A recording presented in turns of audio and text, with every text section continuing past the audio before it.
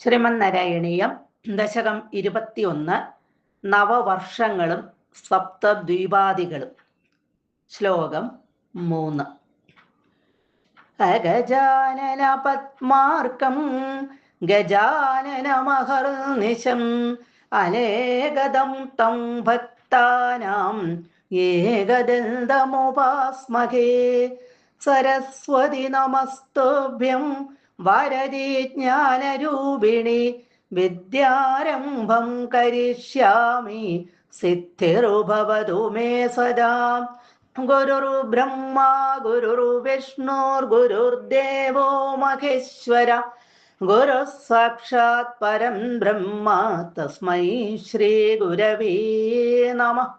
ഓം നമോ ഭഗവതേ വാസുദേവായ.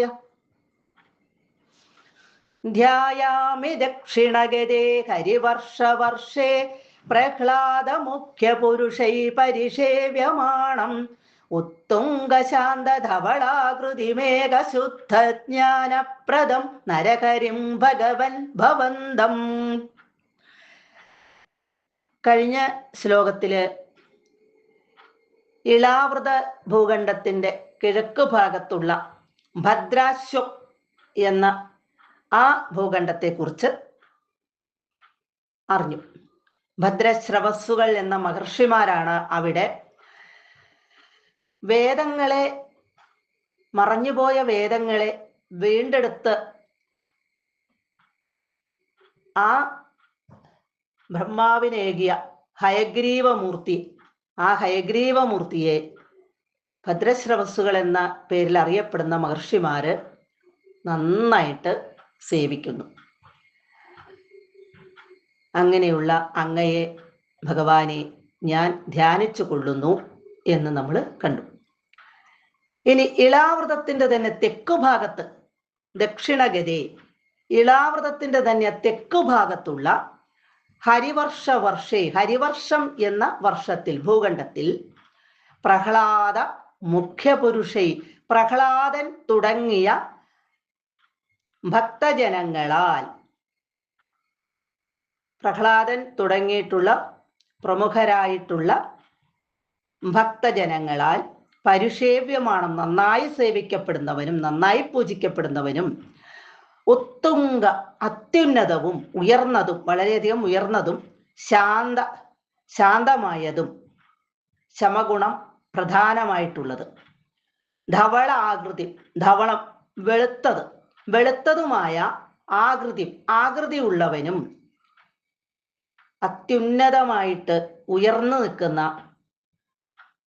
ശാന്ത ഗുണത്തോടു കൂടിയ വെളുത്തതായ ആകൃതി ഉള്ളവനും ശുദ്ധമായ ഏകശുദ്ധ ജ്ഞാനപ്രദം, ശുദ്ധമായ നിർമ്മലമായ ഏകജ്ഞാനത്തെ, അതായത് അദ്വൈതം എന്ന ആ അറിവിനെ പ്രദാനം ചെയ്യുന്നവനുമായ, നൽകുന്നവനുമായ ഭഗവാനെ, നരഹരിം, നരസിംഹമൂർത്തിയായ ഭവന്തം, അവിടുത്തെ ധ്യായാമി, ഞാൻ ധ്യാനിച്ചു കൊള്ളുന്നു. ഇളാവൃതത്തിന്റെ തെക്കുഭാഗത്ത് ഹരിവർഷം എന്ന ഭൂഖണ്ഡം, അവിടെ പ്രഹ്ലാദൻ തുടങ്ങിയിട്ടുള്ള ഭക്തജനങ്ങൾ നരസിംഹമൂർത്തിയെ പൂജിക്കുന്നു. ആ ബ്രഹ്മം എന്ന ആ അറിവിനെ, എല്ലാം ഒന്നാണ് എന്നുള്ള ആ അറിവിനെ പ്രദാനം ചെയ്യുന്ന, വളരെയധികം വലിപ്പമുള്ള, ഉയർന്ന, അത്യുന്നതമായിട്ടുള്ള ശാന്ത സ്വഭാവത്തോടു കൂടിയ, വെളുത്ത നിറത്തോടു കൂടിയ ആകൃതി ഉള്ളവൻ, അങ്ങനെയുള്ള ആ ഏകമായ ജ്ഞാനത്തെ, അദ്വൈത ജ്ഞാനത്തെ, ആ അറിവിനെ പകർന്നു തരുന്നവനുമായിട്ടുള്ള നരസിംഹമൂർത്തിയെ ഇവിടെ പ്രഹ്ലാദൻ തുടങ്ങിയ ഭക്തജനങ്ങൾ നന്നായിട്ട് പൂജിക്കുന്നു. അങ്ങനെയുള്ള ഭഗവാനെ, നരസിംഹമൂർത്തിയായിട്ടുള്ള ഭഗവാനെ, അവിടത്തെ ഞാൻ ധ്യാനിച്ചു കൊള്ളുന്നു. നമുക്കും ആ നരസിംഹമൂർത്തിയെ ധ്യാനിക്കാം. സർവത്ര ഗോവിന്ദ നാമ സങ്കീർത്തനം, ഗോവിന്ദ ഗോവിന്ദ.